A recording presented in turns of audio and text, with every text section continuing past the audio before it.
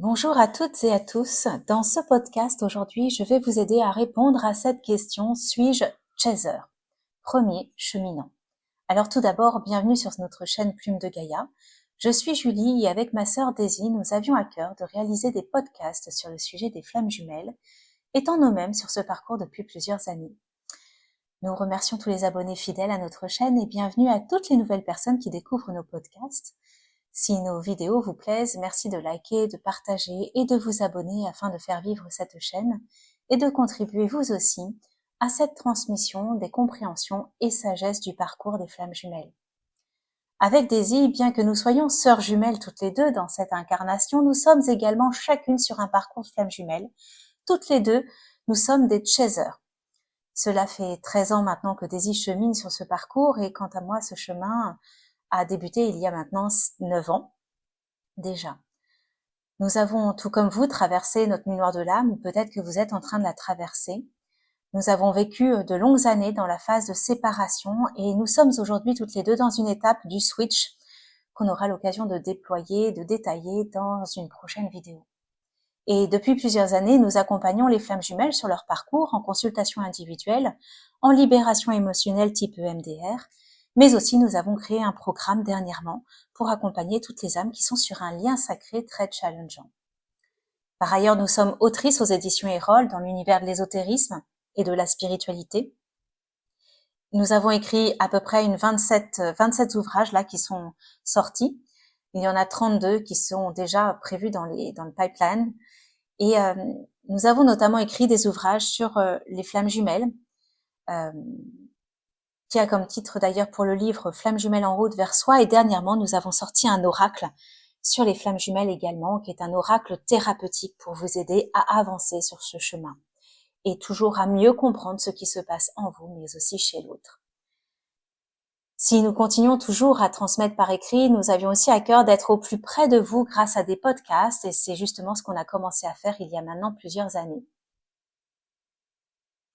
Alors aujourd'hui, le sujet de ce podcast est: est-ce que je suis vraiment chaser? Et en effet, nombreuses sont les personnes sur ce parcours qui ont un doute sur leur profil, sur leur polarité. Je posterai d'ailleurs une autre vidéo abordant la même question, mais cette fois-ci sur le profil runner. En effet, comprendre nos propres fonctionnements et celui de notre autre est essentiel sur ce parcours afin de s'ouvrir davantage à la compassion de soi et aussi de son jumeau ou de sa jumelle. Car si nous sommes issus de la même âme, nous sommes très différents, complémentaires certes, mais aussi bien souvent totalement à l'opposé, en tout cas déjà, dans nos fonctionnements et dans nos styles d'attachement. Nos fonctionnements, nos perceptions, nos interactions avec le monde diffèrent tellement que nous avons besoin d'acquérir une grande ouverture d'esprit et une grande tolérance et bienveillance vis-à-vis de soi et de l'autre. Et c'est justement ce que ce parcours va nous amener à faire. Car beaucoup de choses viennent nous heurter dans nos fonctionnements, dans nos croyances, dans notre manière d'être. Et c'est tout ce qu'on va venir débloquer, déloger à travers ce parcours. Bref, il y a un gros travail à faire sur soi, mais pour le meilleur, pour la meilleure version de nous-mêmes. Alors, tout simplement pour répondre à cette question, eh bien, si tu es chaser, première cheminante, alors la rencontre avec ta flamme jumelle est d'une puissance incroyable. Alors, je dis pas forcément au tout début du parcours, c'est-à-dire lorsqu'on voit la personne pour la première fois, mais ça va se jouer dans les quelques semaines ou quelques jours qui vont suivre, où là, il va y avoir une reconnexion. En effet, c'est d'une puissance incroyable parce que c'est si beau et si fort que tu te laisses totalement tenter, happé par cet amour. Cet amour est tellement évident. Tu es rempli par cette intensité énergétique. Tu sais que l'autre est la femme ou l'homme de ta vie. Tu es prêt à tout faire pour réussir à vivre cet amour avec ton autre. Si tu es chaser, tu es prêt à surmonter tous les obstacles pour rester avec lui. Et dès la première séparation, tu es plongé dans une souffrance immense et une grande incompréhension. Tu ne veux pas le perdre, en d'autres termes. Tu ne comprends pas pourquoi l'autre s'éloigne, puisque tu sais que cet amour est grand, profond et sincère. Tu es certain que l'autre ressent la même chose, et pourtant il s'éloigne, comme si ce lien ne comptait pas. Ton monde s'écroule alors et tu tentes tout pour le retenir. Et ce qui est pervers, c'est que malgré toutes tes tentatives, cet autre ne revient pas et il part sans se retourner presque. En tout cas, c'est vraiment le sentiment que tu vas avoir.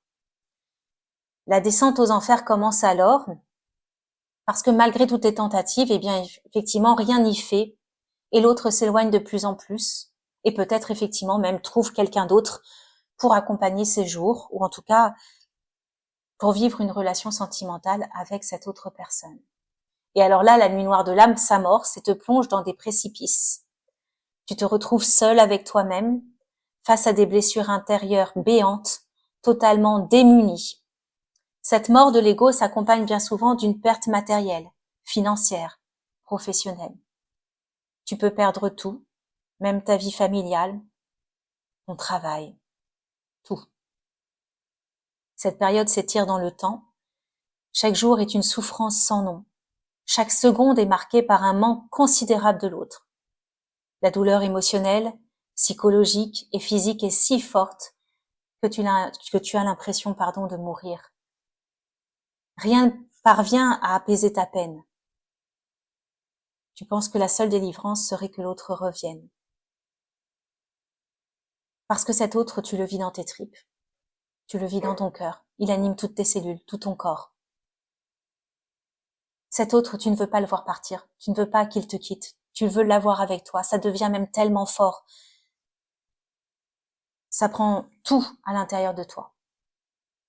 Alors voilà. Si c'est pas ce que tu as vécu lors de la première séparation avec cet autre, alors tu n'es pas chaser premier cheminant. Ça veut dire qu'à ce moment-là, tu es un runner et ton éveil se fait progressivement, longtemps après la première séparation. Voilà, j'espère avoir répondu à cette première question. N'hésite pas à liker, à partager, à t'abonner à notre chaîne pour découvrir toutes les vidéos que nous faisons, mais également pour découvrir les prochaines vidéos sur le parcours Flamme Jumelle. À très vite.